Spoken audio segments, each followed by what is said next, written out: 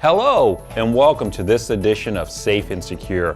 We have an exciting show for you today. The Southfield Police Department, Kroger's, and the Southfield Public Library are reaching out to the community with our Badges and Books events. And Southfield's Fire Department continued with its rigorous technical training in some unusual places. We'll have this and more today on Safe and Secure.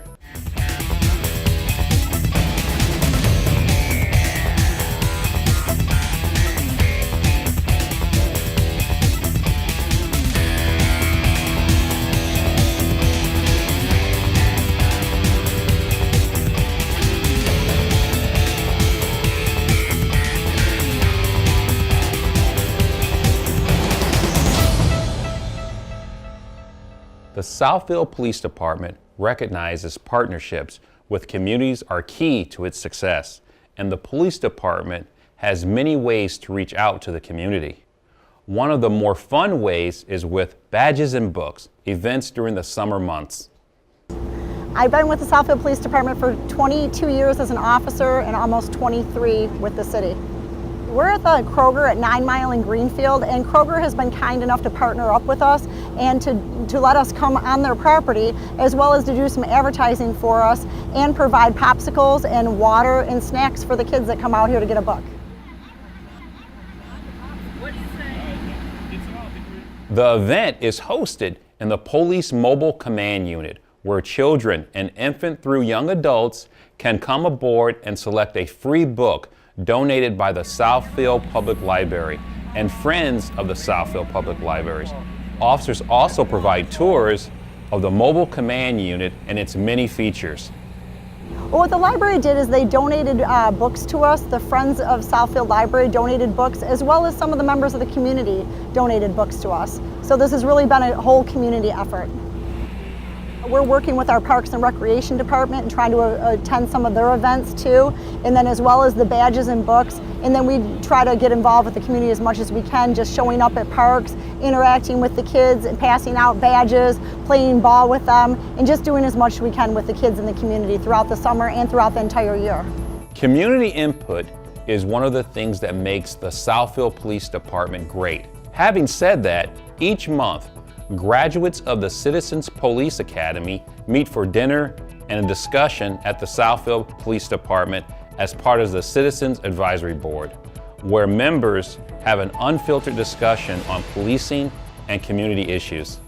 The Citizens Police Academy is a free 10-week program offered each fall that allows residents to learn the ropes of the Southfield Police Department. We have a Citizens Police Academy that runs in the fall, and if they're interested in that, they can just check our Facebook postings, and we'll put more information on that as we get closer to it. But it starts in September. It's just us reaching out to the citizens and kind of giving them an outlook of what we do as police officers. I suggest you drive safely in the city of Southfield. You have a nice day.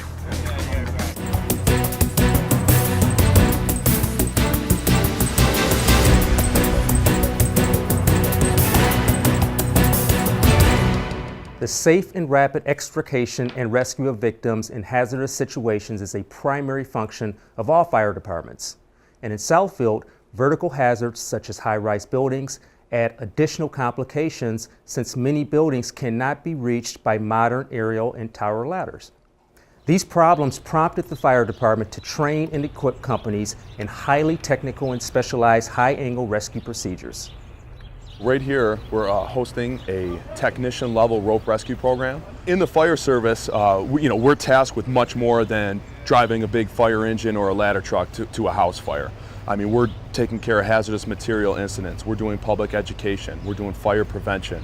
And in that, one of the realms that we deal with is rescue. And rescue is a very dynamic environment. Things like structural collapse, trench rescue, rope rescue, confined space, heavy vehicles like cement mixers, semi-trucks, and things of that nature, as well as machine entrapment entanglement for any industrial facilities.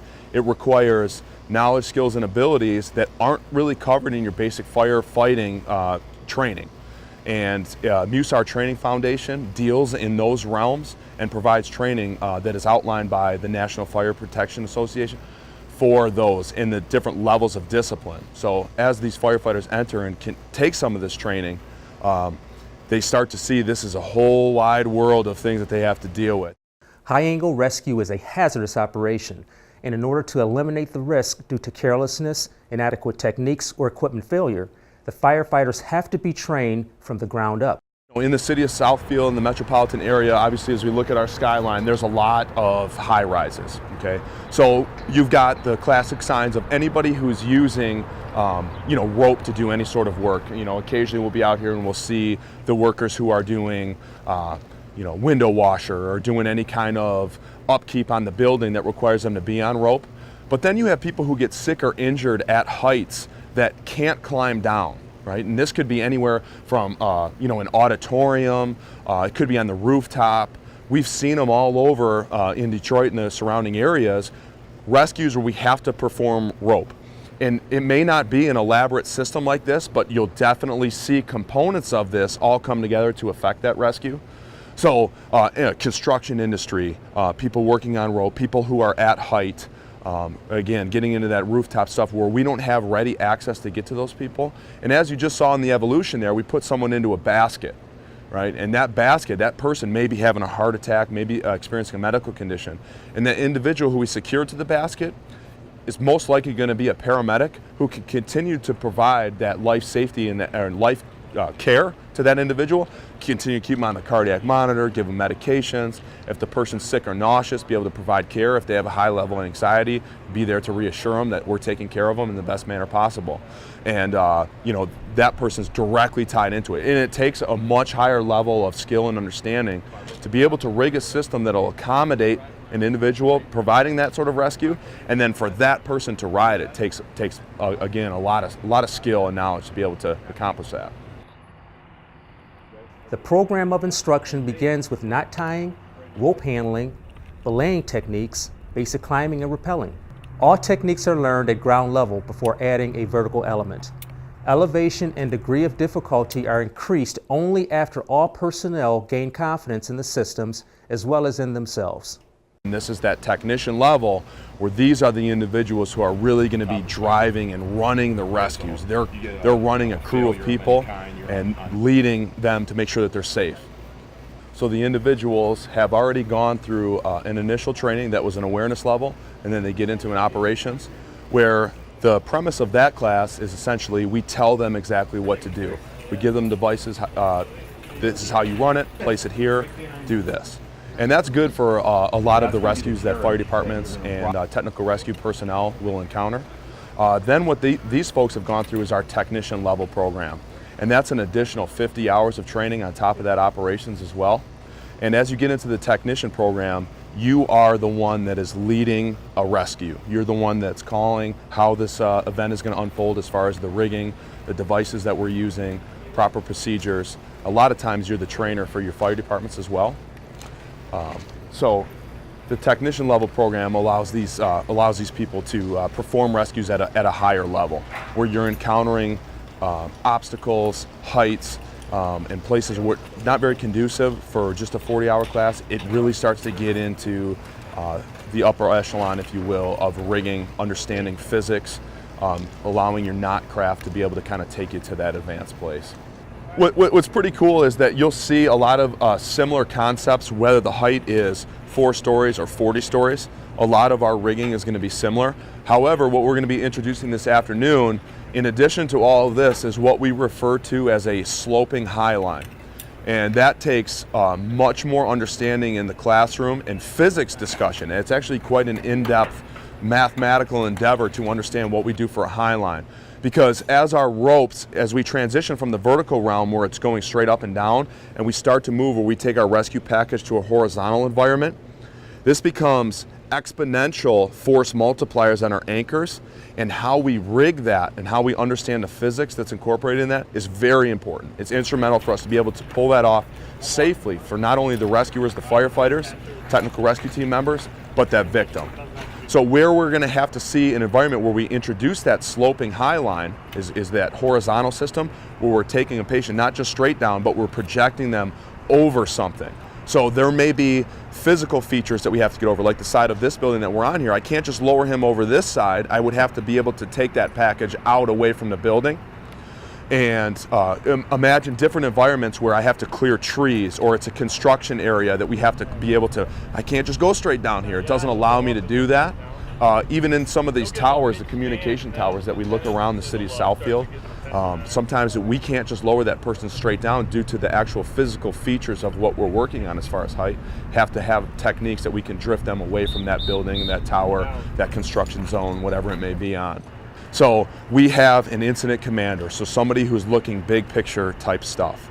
And they can't handle 12 members giving them input, so we break them down into subgroups. So you'll have a mainline crew where you'll assign 3 people to kind of get that main line assembled. Then you'll assign a couple to get a belay line, because there's redundancy in our system in case anything were to go wrong. Then we assign a rigging crew, who's the ones who set up that high directional, what we're looking at back here. So there's these different subgroups that are working all within a structure, and I made the mention to them, it's kind of like a mosaic as we look at this thing. So everyone has these little pieces that they're taking care of, and when that mosaic comes together, you see a big picture like this and where that rescue actually is performed. Southfield firefighters go through weekly in-service training that encompasses a wide variety of life-saving and rescue techniques. All techniques emphasize the safety of rescue personnel as well as the safety of the victim.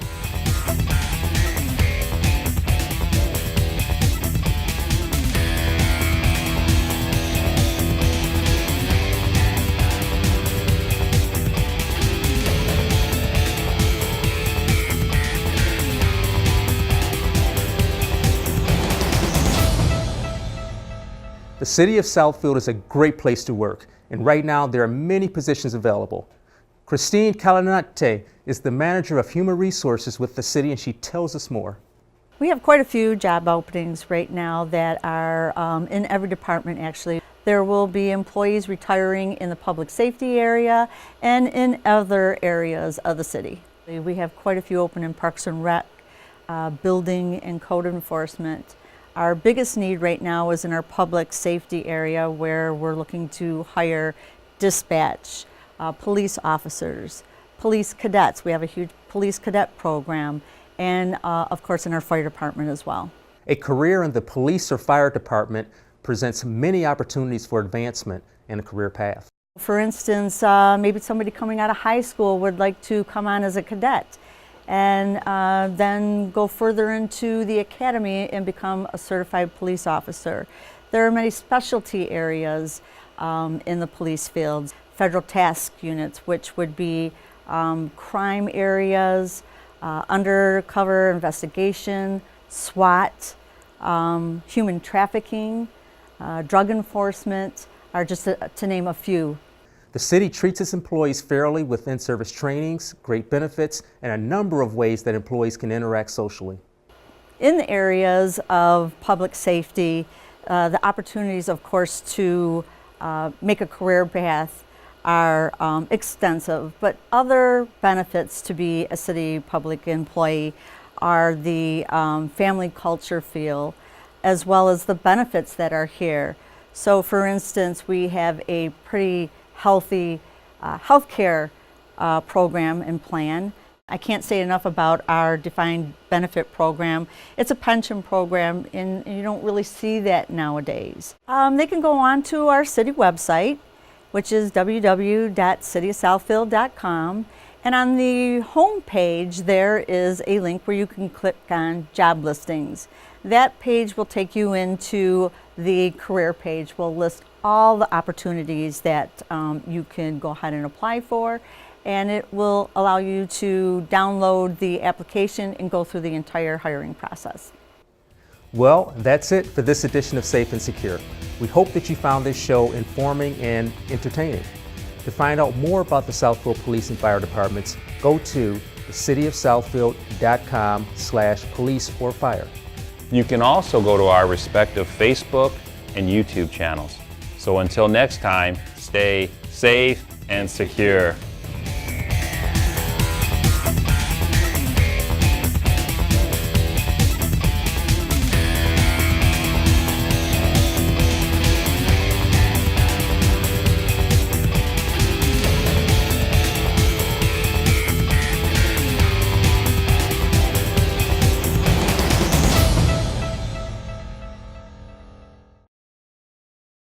Southfield Police Chief Eric Hawkins is leaving Southfield, and he has accepted a position as Chief of Police in Albany, New York.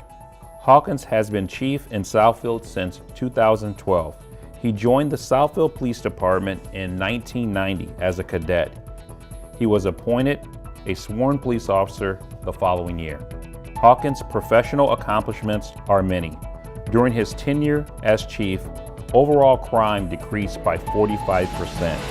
He initiated strategies that involve major organizational restructuring and saved the city more than $3 million. He updated technology in the department, including in-car laptop computers, thermal imaging cameras, pole cameras, electrical speed signs, computers and cell phones, and forensic software and equipment. He also implemented a neighborhood watch program, a citizens advisory board. He worked with the schools, and the list could go on and on. It has been a real pleasure to work alongside Chief Hawkins. So it is with a mixture of joy and sadness that we say best wishes to Chief Eric Hawkins as he begins his next phase of his career in life.